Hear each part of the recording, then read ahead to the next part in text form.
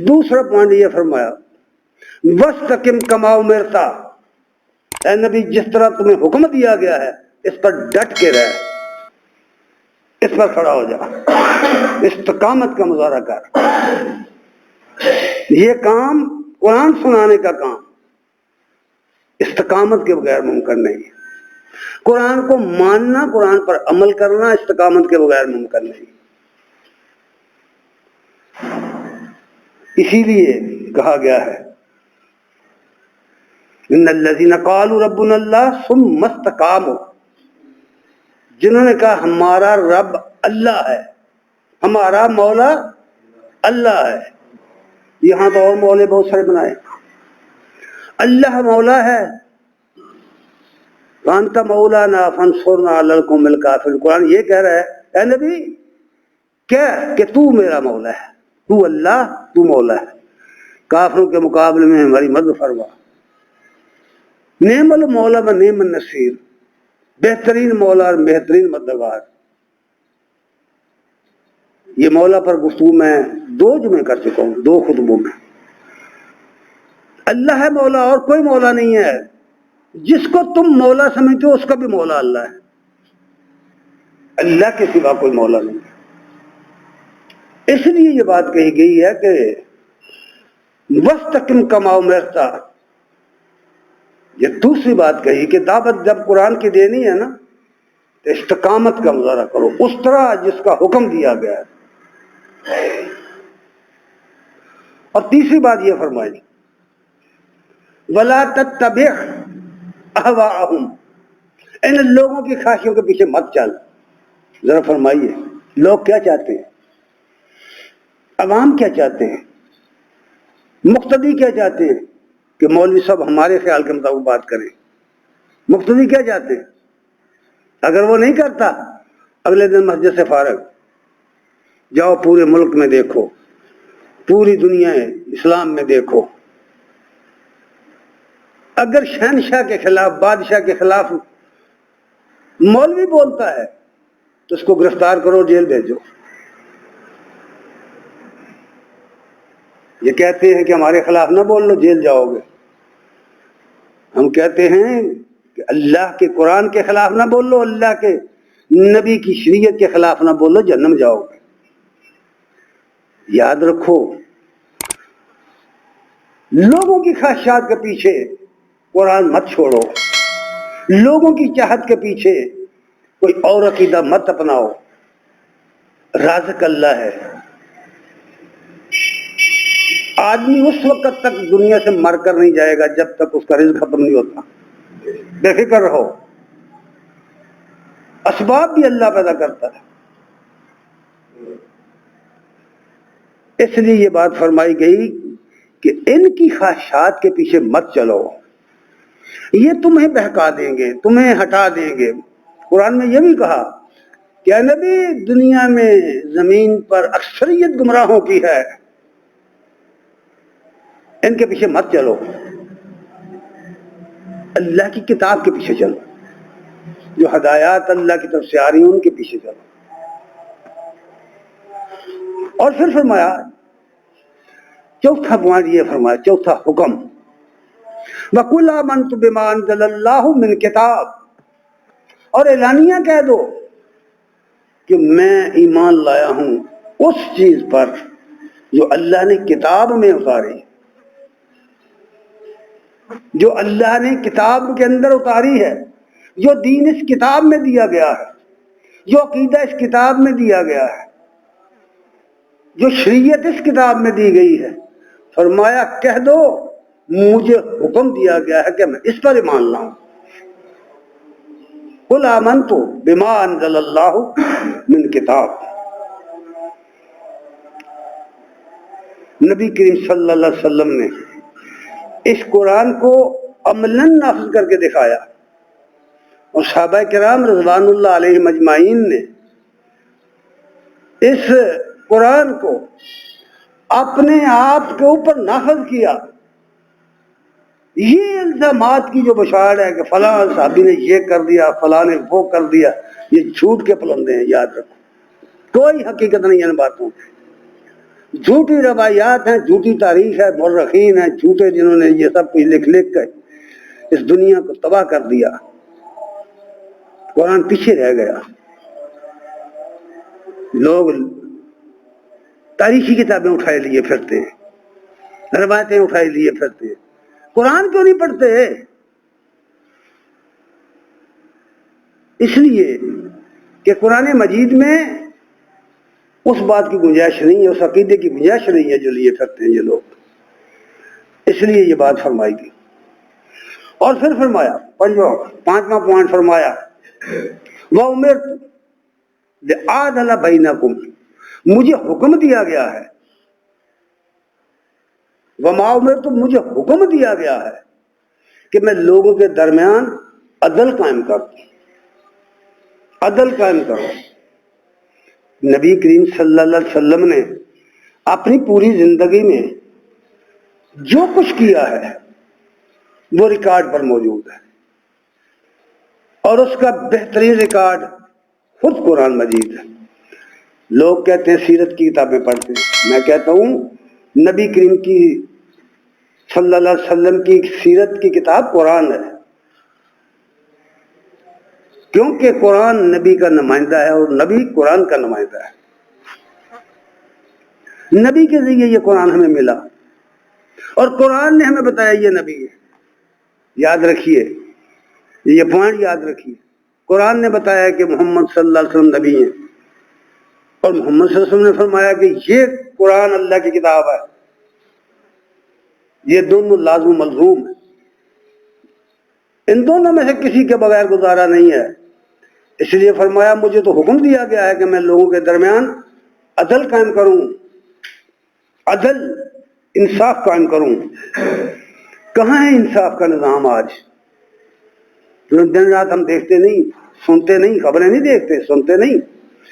کس قدر ہمارے ملک کے اندر تباہی مچی ہوئی ہے، کس قدر بد امنی، کس قدر ظلم و جبر کا نظام قائم ہو گیا ہے، کس طرح کا غریب اور یتیم اور مسکین لوگ جو ہیں، غریب غربا جو ہیں، کس طرح ان پر ظلم ڈھایا جا رہا ہے، اور اس پر ظلم کرنے والے حکمران ہیں، وڈیرے ہیں، چودھری ہیں، سرمایہ دار ہیں۔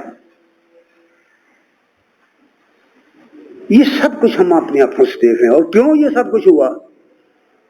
اللہ کی کتاب نافذ نہیں ہے۔ اسلام جس کا نام لیتے ہو کہ اسلام غالب آئے، اسلام کا غلبہ چاہیے، اس کے لیے کتاب بنیادی قرآن ہے۔ اس کو سمجھو یہ کیا کہتا ہے۔ اس لیے فرمایا وَأُمِرْتُ لِأَعْدِلَ بَيْنَكُمْ، مجھے حکم دیا گیا کہ ان کے درمیان عدل قائم کر۔ اور ساتھ ہی یہ بھی کہا، چھٹا پوائنٹ یہ ہے کہ یہ بات لوگوں کو منواؤ اور خود بھی مانو۔ اللہ ربنا، اللہ ہے ہمارا رب، اللہ ربنا و ربکم، اللہ ہے ہمارا رب تمہارا رب۔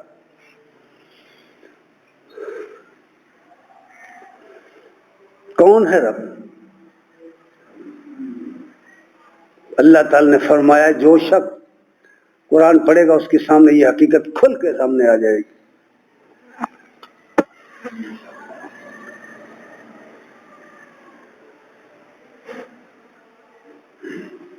فرمایا ذالک ربکم اللہ الذی خلق السماوات والارض فی ستۃ ایام ثم استوى علی العرش، تمہارا رب وہ اللہ ہے جس نے زمین اور آسمانوں کو، یعنی پوری کائنات کو 6 دن میں بنایا ہے، اور پھر وہ عرش پہ متمکن ہو گیا ہے۔ یہ عقیدہ بیان کی ہے۔ وہ اللہ جس نے یہ کائنات بنائی ہے وہ تمہارا رب ہے، تمہارا مولا ہے، تمہارا پالنہار ہے، تمہارا رازق ہے، تمہیں زندگی دینے والا، موت دینے والا، تمہارے لیے اسباب پیدا کرنے والا، اولاد دینے والا، رزق دینے والا، بارش برسانے والا، روک دینے والا، جتنے یہ سب کام ہیں وہی کرنے والا ہے، کوئی اور نہیں ہے۔ وہ ہے تمہارا رب جو یہ نہیں کر، ان کاموں میں سے کچھ نہیں کر سکتا، وہ تمہارا آقا و مولا نہیں ہے۔ تمہارا آقا و مولا وہ ہے جس نے زمین و آسمان بنائے۔ جا بجا یہ تاریخ بیان کر دی گئی۔ تبارک الذی بیدہ الملک، بہت بابرکت ہے وہ ذات جس کے ہاتھ میں اختیار ہے۔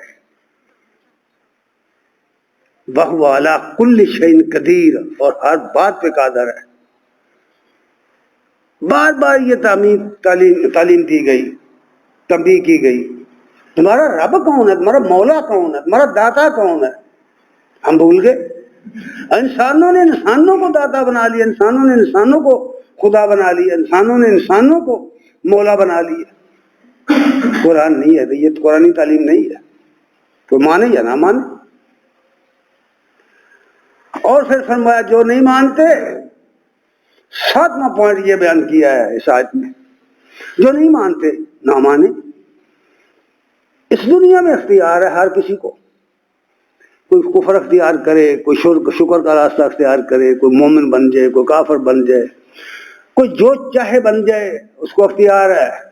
لیکن کل قیامت کے دن اس بن جانے کا حساب دینا پڑنا ہے، حساب دینا ہوگا۔ اس لیے فرمایا لنا اعمالنا ولکم اعمالکم، نہیں مانتے نہ مانو، جاؤ تمہارے اعمال تمہارے لیے، ہمارے اعمال ہمارے لیے۔ کیسی بات ہے جو کہی؟ قرآن پڑھ کر دیکھو، اس کی تو ایک ایک آیت میں، ایک ایک جملے میں دنیا ہے جو بھری ہوئی ہے۔ فرمایا جو نہیں مانتے نہ مانے، ان سے کہہ دو لنا اعمالنا ولکم اعمالکم، ہمارے لیے ہمارے اعمال تمہارے لیے تم اپنے اعمال کے جواب دے دو، ہم اپنے اعمال کے جواب دیں۔ جب یہی حقیقت ہے کہ ہر شخص اپنے اعمال کا جواب دے ہے، تو جو دنیا سے چلا گیا ہے اسے گالی دینے کی کیا ضرورت ہے؟ بتاؤ مجھے، کوئی فائدہ؟ وہ اپنے رب کے پاس جا چکا ہے، وہ اپنے اعمال کا حساب وہاں دے گا، اللہ کے حضور جائے گا، اللہ اپنے اعمال کا حساب دے گا۔ ہم جائیں گے، ہم بھی دیں گے۔ جو کچھ ہم کر رہے ہیں، ہماری زبانوں سے جو کچھ نکل رہا ہے، ہماری حرکات و سکنات جو ہیں، ان کی بھی تو ایک ویڈیو بن رہی ہے نا، ان کے بارے میں تو پوچھا جائے گا نا کہ وہ صدیوں پہلے جو گزر گئے کس اصول پر انہیں گالیاں دیتے تھے۔ اس لیے آخری 7ویں کے بعد 8واں پوائنٹ فرمایا لا حجت بیننا و بینکم، ہمارے اور آپ کے درمیان کوئی جھگڑا نہیں ہے۔ اصول ہم نے بیان کر دیا کہ اللہ کی کتاب مانو، یا اس کا مقابلہ کرنے کے لیے معاوضہ لے کے آؤ، یا اس جیسی کتاب لے کے آؤ، یا اس جیسی تحریر لے کے آؤ، یا اس جیسا کوئی مضمون لے کے آؤ، یا اس جیسا کوئی مصنف لے کے آؤ، کوئی لے کے آؤ نا، اس جیسی کتاب لے کے آؤ۔ اس لیے تمہارا ہمارا تو کوئی جھگڑا ہی نہیں، یا اس کو مانو یا معاوضہ لے کے آؤ۔ اور اگر تم ایسا نہیں کرتے تو فاتقوا النار التی وقودها الناس والحجارہ اعدت للکافرین، پھر بچو، ڈرو اس جہنم کی آگ سے جو منکروں کے لیے تیار کی گئی۔ قرآن مجید میں تو کھول کر یہ باتیں بیان کرتے اور فرما دیا کہ ٹھیک ہے ہمارا اور آپ کا اختلاف ہے، لیکن یاد رکھو ایک وقت آنے والا ہے، اللہ یجمع بیننا، ہم سب کو اللہ اکٹھا کرے گا، ہم سب کو اللہ جمع کرے گا۔ جمع جب کرے گا کس لیے کرے گا؟ بل وزن یومئذ الحق، اس دن پھر وزن کا تلنا برحق ہے، اعمال تلیں گے، لنا اعمالنا ولکم اعمالکم، تمہارے بھی تلیں گے ہمارے بھی تلیں گے۔ دیکھے گا میرا رب کون کس کو گالی بکتا رہا ہے، کون کس پہ لعنت کرتا رہا ہے، کون کیا لے کر آیا اور کیا کما کے لایا ہے۔ اور اس لیے فرمایا آخری پوائنٹ میں فرمایا وَإِلَيْهِ الْمَصِيرُ، یہ پلے باندھ لو کہ جانا پلٹ کر اس کے آگے ہو رہا ہے، کہیں بھاگ کے نہیں جا سکو گے۔ اس دنیا میں جو کرنا ہے کر لو، لیکن یاد رکھو کہ ایک وقت آئے گا جب سب کو اکٹھا کر کے اپنے حضور لے آئے گا، اور اس وقت فیصلہ جس کتاب پر ہوگا اس کے بارے میں فرمایا ہے سورہ الفرقان کی پہلی آیت پڑھو، تبارک الذی نزل الفرقان علی عبدہ لیکون للعالمین نذیرا، بہت بابرکت ہے وہ ذات جس نے اپنے بندے پر فرقان نازل کیا ہے، کسوٹی کو نازل کیا ہے، اس قرآن کو کسوٹی بنا دیا ہے، حق اور باطل میں فرق کر دینے والی چیز بنایا ہے، تاکہ وہ دنیا کو، اہل عالم کو خبردار کر دینے والا بن جائے۔ پھر قرآن سنایا، پھر نبی علیہ السلام نے یہ قرآن سنایا لوگوں کو، اور فرمایا کہ جو چیز اس کسوٹی پر پوری نہ اترے وہ کھوٹی ہے، لوگوں، وہ تاریخ جھوٹ ہے، وہ روایت جھوٹی ہے جو اس پر پوری نہ اترے، جو اس کی درایت پر پوری نہ اترے وہ صحیح نہیں ہے۔ اگر تم اس حقیقت کو مان لو، اس میزان کو مان لو، تمہاری زندگی صاف ستھری ہو جائے گی، تمہارے عقائد ٹھیک ہو جائیں گے، تم پلٹ کر آؤ گے قرآن کی طرف اور اللہ کی طرف۔ اصل حقیقت یہ ہے، اس لیے فرمایا کہ ہم نے جتنے رسول بھیجے ہیں ان سب کو یہ کسوٹیاں دی ہیں، ان سب کو اپنی کتاب دی، ان سب پر وحی نازل کی، اور اس وحی کو دنیا کے سامنے میزان بنا کر اتارا تھا کہ جو چیز پیغمبر پیش کرے، اللہ کا رسول پیش کرے، تمہاری جو چیز اس کے مطابق ہے وہ ٹھیک ہے، جو اس کے مطابق نہیں وہ باطل ہے۔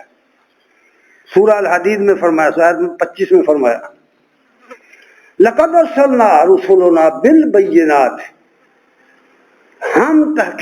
ہم اپنے رسولوں کو دلیلوں کے ساتھ بھیج چکے ہیں، ہم نے انہیں دلیلیں دی تھیں۔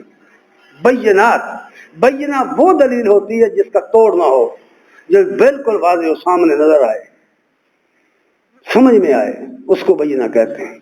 اسی لیے گواہی دینے والے کو بینہ کہتے ہیں کہ وہ آنکھوں دیکھا حال بیان کرتا ہے عدالت کے اندر۔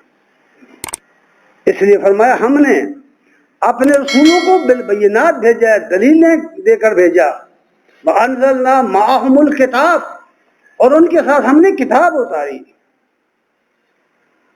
والمیزان، اور ان کتابوں کو ہم نے میزان بنایا، یعنی وہ کتاب میزان بن کر اتری۔ ہمیشہ ہر زمانے میں جو نبی آئے ان پر جو وحی اتری وہ میزان بن کر اتری، جو چیز اس کے اوپر پوری نہ اترے وہ باطل ہے۔ اور اس لیے بھیجا نبیوں کو لِيَقُومَ النَّاسَ بِالْقِسْطِ، کہ لوگ عدل اور انصاف کے ساتھ قائم ہو جائیں، لوگوں کے اندر عادلانہ معاشرہ قائم ہو جائے، عدل قائم ہو جائے، یکسانیت پیدا ہو جائے، بسیط انسان سب برابر ہیں، اپنی اپنی صلاحیتوں، اپنے اپنے علم، اپنے اپنے اخلاق کی وجہ سے درجہ بندی ہوئی ہے، ورنہ ان بسیط انسان سب برابر ہیں، سب ایک جیسے، سب کے حقوق برابر ہیں۔ اور پھر فرمایا وَأَنزَلْنَا الْحَدِيدَ فِيهِ بَأْسٌ شَدِيدٌ، پھر ہم نے لوہا بھی اتارا ہے، لوہا اتارا، کیسے اتارا ہے؟ جو کچھ اس زمین کے اندر بنا ہے، یہ زمین نہیں نہ تھی، پہلے زمین نہیں تھی، کچھ بھی نہیں تھا۔ جب کچھ نہ تھا تو کیا تھا؟ خدا تھا۔ کچھ نہ تھا تو خدا تھا، کچھ نہ ہوگا تو خدا ہوگا۔ جب کچھ نہیں تھا تو اس نے زمین بنائی، آسمان بنائے، کیسے بنائے؟ کو مستری بلائے تھے، کو فرشتے بلائے تھے، کو مددگار بلائے تھے، کیسے بنائے؟ بھائی اللہ خود کہتا ہے وَإِذَا قَضَىٰ أَمْرًا، جب وہ کسی کام کا فیصلہ کر دیتا ہے تو اسے کہہ دیتا ہے ہو جا، تو وہ ہو جاتی. یہ ہو جا سے لوہا اترا ہے، یہ ہو جا سے سونا اترا ہے، یہ ہو جا سے تانبا اترا ہے. یہ ترجیح معدنیات ہے. اس زمین کے اندر جتنے خزانے بھرے ہوئے ہیں وہ سب اس نے اپنے حکم تقویمی سے اتارے ہوئے ہیں. اور اس حدیث کو اتارنے کا مطلب یہ ہے کہ اس میں بڑا زور ہے، اس میں بڑی طاقت ہے. جب یہ اقتدار کی صورت میں اختیار کرے تو کوئی خدا کا باغی اللہ کے دین کو خراب نہیں کر سکتا، کوئی خدا کا باغی ظلم نہیں کر سکتا. یہ لوگوں نے اگر ہسٹری ہی میں جانا ہے تو دیکھو نبی کریم صلی اللہ علیہ وسلم کا جب زمانہ تھا اس وقت سے پہلے، آپ کی بعثت سے پہلے کیا ہوتا تھا دنیا میں؟ بڑے بڑے واقعات ہیں. نبی صلی اللہ علیہ وسلم کی بعثت سے صرف 4-5 سال پہلے کا ایک واقعہ تاریخوں میں لکھا ہوا ہے کہ ایک دیہاتی اپنی بیٹی کو ساتھ لے کر بیت اللہ کا حج کرنے آیا، طواف کرنے آیا، عمرہ کرنے آیا. تو ایک بدماش چودھری نے اس کی بیٹی اس سے چھین لی. اب وہ بڑے قبیلے والا ہے، نہیں دے رہا. نبی کریم صلی اللہ علیہ وسلم نے اپنے ہم عمر نوجوانوں کو اکٹھا کیا اور اکٹھے ہو کر کے اس کے دروازے پر گئے اور اسے کہا کہ اسی وقت اس کو آزاد کر، اسی وقت آزاد کر، نہیں تو تیری اور ہماری جنگ ہوگی. اندازہ کریں اخلاق کا بھی کوئی زور ہوتا ہے. نبی کریم صلی اللہ علیہ وسلم قبل نبوت بھی ایسے کام کرتے تھے. حلف الفضول کا جو معاہدہ ہے اس کو دیکھو، اور بھی بہت سارے جو رفع عامہ کے کام تھے نبی صلی اللہ علیہ وسلم کرتے رہے ہیں. اور اس وقت تک اس کے دروازے سے ہٹے نہیں جب تک اس بیٹی کو آزاد نہیں کروایا. یعنی اس وقت بھی ایسے ظالم موجود تھے جو آج سنتے ہو تم خبروں میں، جو خبروں میں آج تم سنتے ہو یہ اس وقت بھی تھا. لیکن جب قرآن آیا، اللہ کا رسول آیا اور اقتدار آیا تو پھر دیکھا آپ نے، پھر وہ مدینے کی گلیاں، وہ مکے کی گلیاں، وہ طائف کی گلیاں، وہ حجاز کا ملک جس میں یہ بات اعلان کر دیا گیا، جس میں اعلان کر دی گئی یہ بات کہ صنعاء سے قبل چلے گی، زیورات سے لدی پھندی ہوگی، درندوں کے سوا اسے کسی بدماش کا ڈر نہیں ہوگا. کہاں ہے وہ زمانہ؟ یہ قرآن کی برکت ہے، اس کی حدود کے نفاذ کی برکت ہے. اس لیے میرے بھائی اللہ تعالیٰ نے فرمایا کہ اس میں اللہ نے بڑی طاقت رکھی، اقتدار رکھا ہے. وہ منافع للناس، اور لوگوں کے لیے بہت منافع ہیں. یہ سب کچھ کیوں دیا تمہیں؟ اس کا جواب آنے لگا ہے. آج کے اندر آج کو پڑھو، گہری نظر سے پڑھو. یہ کیوں دیا ہے؟ یہ کتابیں کیوں دی؟ یہ تمہیں اقتدار کیوں دیا؟ یہ اختیارات کیوں دیے؟ یہ تمہیں یہ ساری نعمتیں کیوں دی ہیں؟ یہ چیزیں تمہیں کیوں دی ہیں؟ کبھی سوچا؟ اللہ فرماتے ہیں لِيَعْلَمَ اللَّهُ، تاکہ اللہ ذرا ظاہر کر دے، مَن يَنْصُرُ هُوَ رُسُلَهُ بِالْغَیْبِ، اللہ کو دیکھے بغیر، قیامت کا منظر دیکھے بغیر وہ کون ہے جو اللہ اور اس کے رسولوں کی مدد کرتا ہے؟ وہ کون ہے جو اپنا سرمایہ، جو اپنا پیسہ، جو اپنی دولت، جو اپنی ہر چیز، کون ہے؟ اس نے نہ اللہ کو دیکھا ہے، نہ اس نے قیامت حشر نشر دیکھا ہے. ابھی دیکھا نہیں کچھ بھی. بالغیب، صرف اللہ اور رسول کو سچا جانتے ہوئے کون ہے جو اٹھے اس کے رسول کی مدد کرے، اللہ کی مدد کرے؟ کیا ہے اللہ کی مدد؟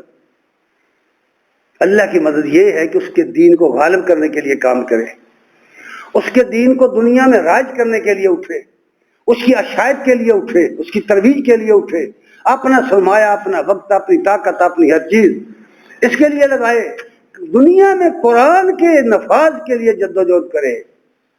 اس لیے فرمایا تاکہ تمہیں تمہیں جو کچھ ہم نے دیا ہے یہ سب کچھ اس لیے دیا ہے تاکہ ظاہر کرے اللہ کون ہے، من ینصرہ ورسلہ بالغیب، کون ہے جو اس کی اور اس کے رسولوں کی مدد کے لیے اٹھتا ہے دن دیکھیں۔ ساتھ ایک بات کہہ دی کہ یہ مت سمجھو کہ اللہ کمزور ہو گیا تمہاری مدد کی ضرورت بڑھ گئی ہے، ایسا نہیں ہے، وہ تو تمہیں دیکھنا چاہ رہا ہے، اس نے تمہیں نعمتیں دی ہیں، اس نے تم پر انعامات کی ہیں، وہ تو یہ دیکھنا چاہتے ہیں اس کے انعامات لے کر، اس کی نعمتیں کھا کر، اس کی نعمتیں استعمال کر کے رد عمل تمہارا کیا ہے، تمہارا رول پھر کیا بنتا ہے۔ حالانکہ اللہ تو چاہے، ان اللہ قوی عزیز، اللہ تو بڑی طاقت والا غلبے والا ہے، وہ چاہے تو تم سب کو فرشتے بنا دے۔ کون ہو تم؟ کیا صحیح ہے کسی انسان کی کہ وہ برائی کر سکے؟ وہ جب چاہے کسی کو پکڑ لے، اس پہ پھالی کرا دے، اس کو اندھا بنا دے، کیا کرے گا؟ دیکھا نہیں تم نے ڈاکٹر مرتے یا بڑے بڑے انجینئر مرتے نہیں دیکھے؟ قد گر جاتے ہیں ان کے منصوبے اس وقت۔ یہ بڑے بڑے صاحب اقتدار لوگ پھانسی پہ لٹکتے جھولتے نہیں دیکھے لوگوں نے؟ کیوں عقل نہیں آ رہی، کیوں سمجھ نہیں آ رہی؟ اس حوالے سے یہ بات فرمائی گئی ہے۔ اسی لیے کہ کیسے کہنے والے نے کہا ہے کہ یہ کتاب پاک ایک آئینہ کردار ہے، ہر آدمی اس کے سامنے کھڑا ہوگا تو یہ اس کے لیے آئینہ بن جائے گی، یہ کتاب اسے دکھا دے گی تم کون ہو، مسلم ہو یا غیر مسلم ہو، کتاب دکھا دے گی۔ اس آئینے کے سامنے ایک دفعہ کھڑے ہو کر دیکھو، تمام تمہارے چہرے کے داغ دھبے تمہارے سامنے آ جائیں۔ یہ کتاب پاک ایک آئینہ کردار ہے، مومنوں کے ہاتھ میں اللہ کی تلوار ہے، لیکن مومن اسے چھوڑ چکا، مومن اسے ترک کر چکا۔ مومن جب سے اس کو ترک کر چکا ہے پوری دنیا میں ذل و خوار ہو رہا ہے۔ اس دنیا کا سب سے کمینی قوم جو تھی، سب سے ردی قوم جو تھی، خود قرآن نے جس کے متعلق کہا ہے کہ غاضب، کہ اللہ کا غضب وباء بغضب من اللہ کہا ہے کہ یہ یہودی جن پر اللہ کا غضب ٹوٹا تھا، اللہ نے ان کو منتخب کیا ان کو مارنے کے لیے۔ اللہ نے ان کو منتخب کیا جو جانوروں کو پوجتے تھے، پیشاب پیتے تھے جانوروں کا، ان کو منتخب کیا ان کو مارو۔ یہ میرے ساتھ وعدہ کر کے مکر گئے، یہ امت مکر گئی ہے، یہ امت قرآن چھوڑ گئی ہے، اس لیے اللہ نے منتخب کر کے کہا یہ دو قومیں دنیا کی ذلیل ترین قومیں، ان کو اٹھایا کہ ان کو مارو۔ کون نہیں دیکھتا، کون نہیں جانتا ان حقائق کو؟ اس لیے اللہ تعالیٰ نے اس قرآن کو قول فیصل بنایا ہے، جو اس کے میزان پر پوری شان اتری لوگوں جھوٹی ہے وہ چیز۔ سورہ طارق میں آیت نمبر 13-14 میں فرمایا انہ لقول فصل، یہ فیصلہ کن کلام ہے، وما هو بالہزل، یہ دل لگی کی بات نہیں ہے، یہ ہنسی مذاق کی بات نہیں ہے۔ اسی لیے اقبال کہہ گئے در جہان ذکر و فکر انس و جاں، در جہان ذکر و فکر انس و جاں، تو صلاۃ صبح ہو تو بانگے اذاں۔ یہ قرآن ذکر و فکر کی دنیا میں انسانوں کے لیے اور جنوں کے لیے سوچنے اور سمجھنے اور اس پر عمل کرنے کے لیے یہ نصیحت بن کر آیا ہے۔ در جہان ذکر و فکر انس و جاں، تو صلاۃ صبح ہو تو بانگے اذاں۔ یہ ایسی ندا تھی جس نے دنیا کو اٹھایا، سوئی ہوئی دنیا کو اٹھایا۔ وہ بجلی کا کڑکا تھا یا صوت ہادی، ارض کی زمین جس نے ساری ہلا دی۔ یہ قرآن تھا۔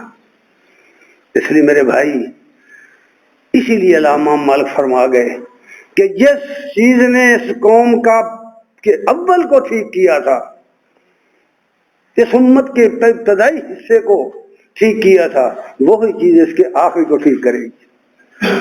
اگر مرضی چاہتے ہو، اگر خیال ہے کہ ٹھیک ہونا ہے، آئیے قرآن کی طرف آئیے، اس کو پڑھیے، اس کو سمجھیے، اس کے کالم میں ڈھالیے اپنے آپ کو، اس کے بن جائیے، یہ یہ آپ کا بن جائے گا۔ اور یہ جتنا خود عظیم ہے یہ اپنے ماننے والوں کو، اپنے پڑھنے والوں کو اتنا عظیم بنا دے گا۔ دعا ہے کہ اللہ ہمیں توفیق عنایت فرمائے۔